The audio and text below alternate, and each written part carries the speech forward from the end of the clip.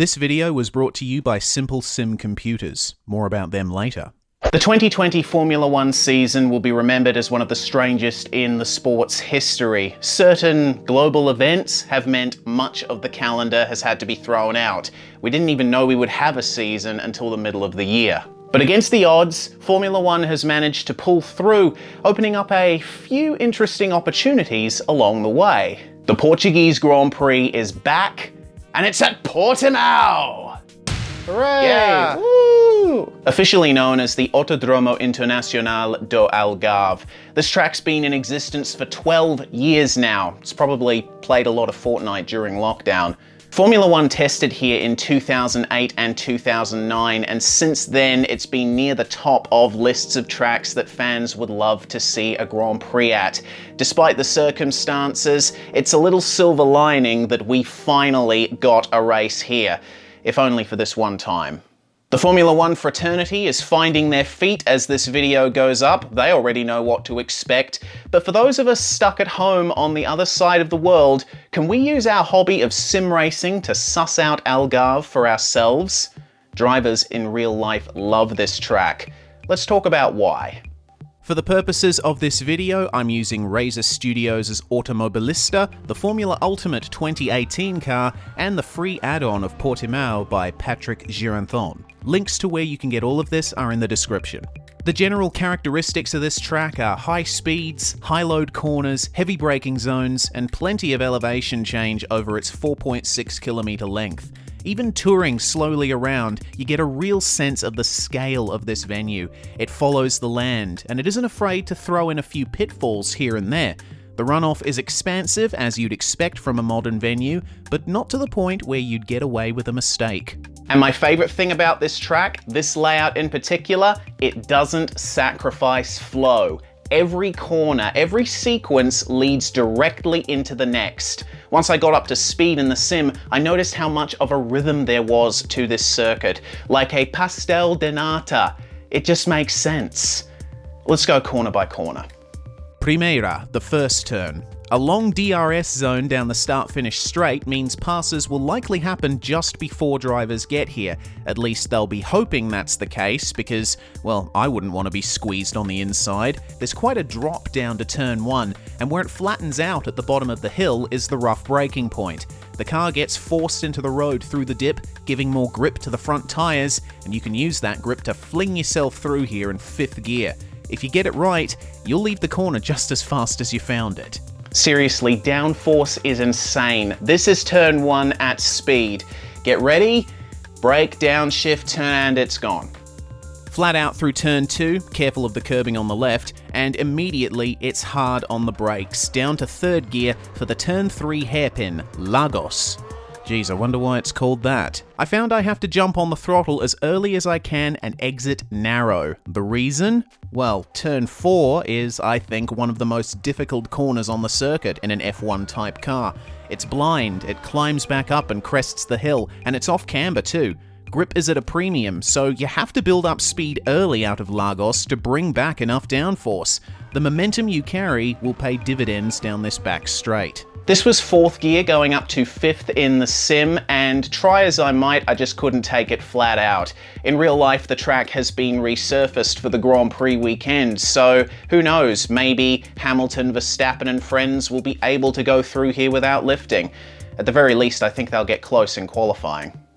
Alright, a brief moment to rest, then at the top of 7th gear, we're braking as late as we dare into the 2nd hairpin, Torre VIP. That means VIP Tower, and again, no prizes for guessing why. It's a pretty good spot to watch any potential passing in this heavy braking zone.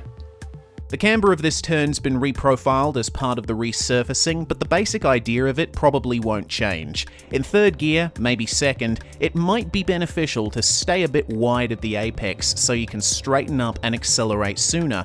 Easier said than done with nearly 1,000 horsepower under your right foot. Anyway, now we're getting to the section where the money is made. Also known as the entire second half of the lap. Turn 6 is an easy left that lulls you into a false sense of security, but then turns 7 and 8 loom up ahead like a Salvador Dali rendition of the last 2 turns of the Adelaide Street Circuit. For me, this was a case of lifting and turning in just before this here curb, down a gear into 6th and just brushing the brakes. Then another good squirt of the throttle and down into 4th gear for Samsung corner. Now this one is very easy to mess up. There's quite a change in gradient in the middle of the corner, which means the load on the front tires will increase dramatically as you go through. Get the trajectory wrong or take too much curb, and Spin City is your new home. If you got it right though, it's over the crest on the exit and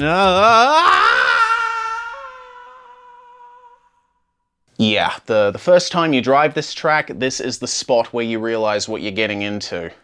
Look at this drop, it's intense. I think this encapsulates the experience of this track. You can't see what's coming. All you're looking at as you climb out of turn 8 is the sky, and then suddenly you're on a roller coaster. And the first port of call is turn 9, Craig Jones, named in honour of the late British motorcycle racer. In an F1 car, it's a flat-out sweep through the valley, after which you climb the hill to turns 10 and 11, Portimao. On F1's official website, it's compared to the Acqua Minerale complex at Imola. Well, yeah, ? They're both braking through a fast right-hander into a slower right-hander. The Portimao corner, though, is much faster, and in terms of elevation, it's the inverse of Acqua Minerale. Approaching uphill, you have to take a wide entry, staying away from the first apex curb, and once you're down to 4th gear, bring it in tight. Roll back on the throttle and then keep it as straight as you can over the crest as we dive down again. Yeah, Acqua Minerale doesn't have a patch on this.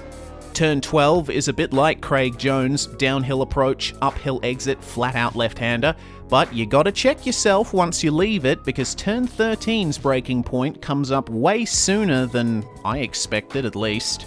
This left hairpin could be a place to outbrake a rival, but would you want to be the car in front at the DRS activation just a corner later?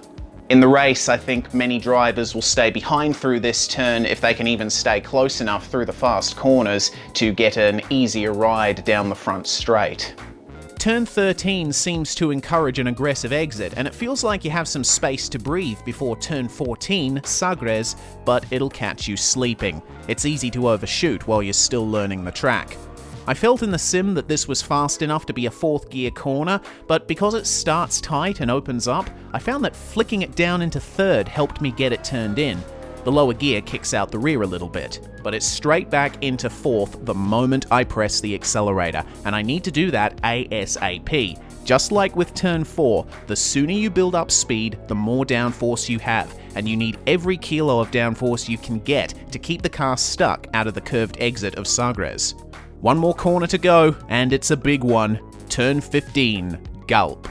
I prefer to call it Gulp because that's what it makes me do. It's completely flat in an open wheeler, but that doesn't make it easy. You've got to be really precise and make sure you're not scrubbing the tyres by turning too much. Every bit of momentum for the start-finish straight needs to be preserved.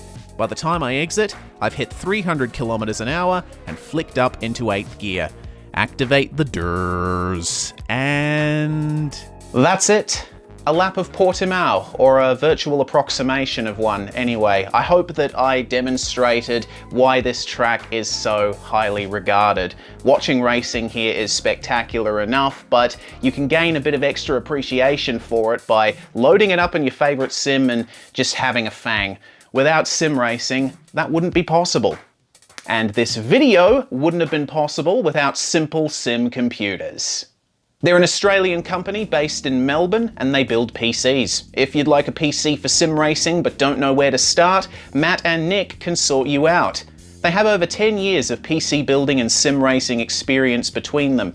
There's 4 rigs available for varying needs and budgets, starting from just 1,390 AUD, every build of which is tested on iRacing and Assetto Corsa. You can customize your rig to your preference. You want extra RAM, for example? Well, no problem. Not only that, but Simple Sim Computers also provides lifetime tech support. How good is that?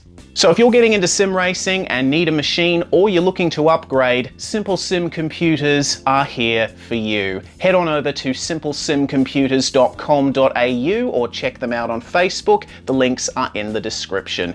A big shout out to Simple Sim Computers. Thank you so much, guys, for sponsoring this video.